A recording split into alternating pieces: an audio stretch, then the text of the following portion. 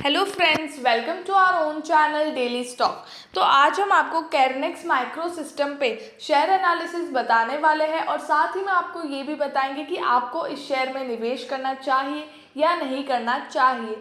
आगे बढ़ने से पहले अगर आपने हमारे चैनल को सब्सक्राइब नहीं किया हो तो आप हमारे चैनल को सब्सक्राइब ज़रूर कर दीजिएगा, साथ ही में हिट द बेल आइकन।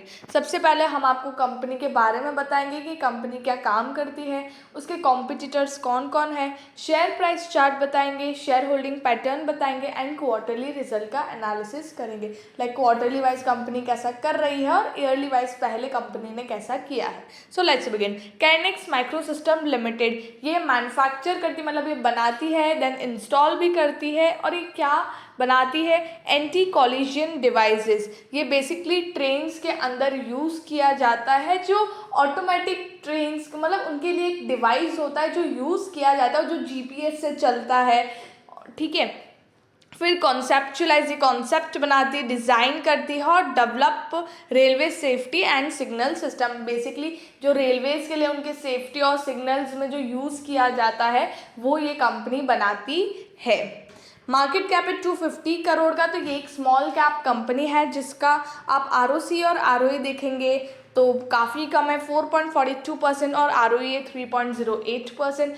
तो कंपनी की जो प्रॉफिटेबिलिटी वो पिछले ईयर काफ़ी कम थी, तो उस रीज़न से कंपनी के जो रिटर्न्स है वो भी इतने कम है।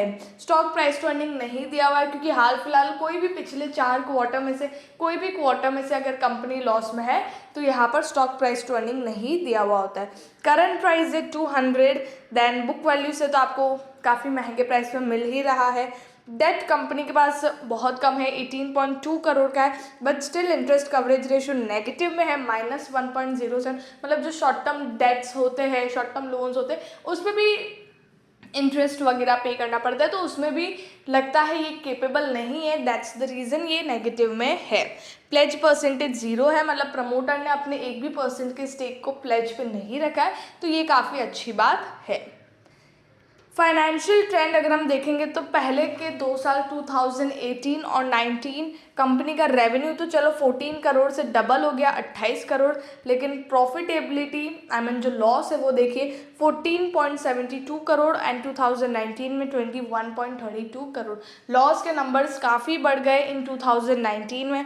देन 2020 में जब कंपनी का रेवेन्यू 33 करोड़ हुआ तब कंपनी का प्रॉफिट 3 करोड़ 42 लाख पे आया। 2021 में जब कंपनी का रेवेन्यू कम हुआ 19 करोड़ 58 लाख पे आया, तब कंपनी का प्रॉफिट और भी कम हुआ 2 करोड़ 2 लाख पे। बट ऐसा है कि ठीक है, कंपनी का रेवेन्यू कम हुआ है लेकिन स्टिल कंपनी प्रॉफिट में है। अब इसका रीज़न जानेंगे कि कंपनी प्रॉफिट में क्यों है। लाइक कुछ उनको अदर इनकम हुई है या उन्हीं के प्रोडक्शन की वजह से, उनके जो सेल्स है उनकी वजह से। अगर हम यहाँ पर जून 2019 का देखेंगे तो 9 करोड़ की सेल्स थी, सितंबर में 3 करोड़, दिसंबर में 1 करोड़ एंड मार्च में 0.65 करोड़। सारे क्वार्टर में लॉस में है, ठीक है, लेकिन मार्च 2020 में तो वो प्रॉफिट में है। क्यों? क्योंकि कंपनी को अदर इनकम हुई है 15 करोड़ की। बाकी सारे जो क्वार्टर है सब में लॉस में है, 7 करोड़, 1 करोड़, 85 लाख, लेकिन यहाँ पर 13 करोड़ 60 लाख का प्रॉफिट है। ठीक है, उस रीज़न की वजह से यहाँ पर 13.71 करोड़ का प्रॉफिट है और यहाँ पर ये जो लॉस है ये सब डिडक्ट करके ओवरऑल कंपनी प्रॉफिट में आई है। जून 2020 में देखेंगे तो 0.54 लाख का रेवेन्यू है, 89 लाख का रेवेन्यू है, 2 करोड़ 93 लाख और 13 करोड़ 97 लाख। तो एक या यहाँ पर 3 क्वार्टर है कि कंपनी यहाँ पर प्रॉफिट में है और साथ ही में अदर इनकम इतनी कुछ है नहीं, बट स्टिल यहाँ पर कंपनी प्रॉफिट में थी। उस रीज़न की वजह से यहाँ पर ओवरऑल कंपनी ने प्रॉफिट किया है। जून 2021 में कंपनी को ना ही अदर इनकम है और ना ही कंपनी की इतनी रेवेन्यू, 1 करोड़ 3 करोड़ 1 करोड़ ये कंपनी की रेवेन्यू। तो ओवरऑल भी अगर हम करेंगे तो 5 से 6 करोड़ कंपनी की रेवेन्यू हुई है। अगर मार्च के क्वार्टर में कंपनी अच्छा परफॉर्म करती है तो शायद चांसेस है, और उसके बाद अच्छा प्रॉफिट भी आता है तो चांसेस है कि कंपनी प्रॉफिट में आए, वरना कंपनी यहाँ पर लॉस में ही है। तो कंपनी के फाइनेंशियल्स बिल्कुल भी अच्छे नहीं हैं। ये जून 2020 भी आप ऐसे ही समझिए कि अदर इनकम हुआ है, दैट्स द रीज़न कंपनी यहाँ पर प्रॉफिट में आई है, क्योंकि कंपनी का जो मेन काम है उसकी सेल्स भी अगर आप देखेंगे तो इतनी अट्रैक्टिव नहीं है, और उसके ऊपर जो ऑपरेटिंग प्रॉफिट है वो भी नहीं है, क्योंकि कंपनी के एक्सपेंस उसके ऊपर इतने सारे हैं। तो फाइनेंशियल्स कंपनी के बिल्कुल भी अच्छे नहीं लग रहे हैं। अगर हम प्रमोटर देखेंगे तो 27.41% है, उन्होंने अपना स्टेक बेचा। जून में यहाँ पर 22.33% पे आ गया। अभी उन्होंने फिर से निवेश किया है और 31.04, तो यहाँ पर 22 से 31% मतलब प्रमोटर ने अच्छा खासा स्टेक लिया है इन दिसंबर क्वार्टर में। पब्लिक देखेंगे तो 72.59 से 68.96 हुआ, ठीक है, पर फिर भी ऑलमोस्ट इतना सारा स्टेक यहाँ पर छोटे इन्वेस्टर्स के पास है, और जो प्रमोटर्स हैं जिनकी खुद की कंपनी है उनके खुद के पास सिर्फ 31% का स्टेक है, जो काफ़ी कम माना जाता है। तो प्रमोटर होल्डिंग भी जो शेयर की इतनी अच्छी नहीं है। कॉम्पिटिटर्स देखेंगे तो भारत इलेक्ट्रॉन है, देन डेटा पैटर्न है, शिवालिक बाई मेटल है, सेंट्रम इलेक्ट्रॉन है, स्पेल सेमीकंडक्टर, CWD और कैरमेक्स माइक्रो सिस्टम है। अगर देखेंगे तो सबसे छोटी कंपनी यही है, 250 करोड़ की है। CWB देखेंगे तो उसी के आजू बाजू है, लेकिन फिर भी यहाँ पर तो कंपनी की चलो डिटेल नहीं दी हुई है।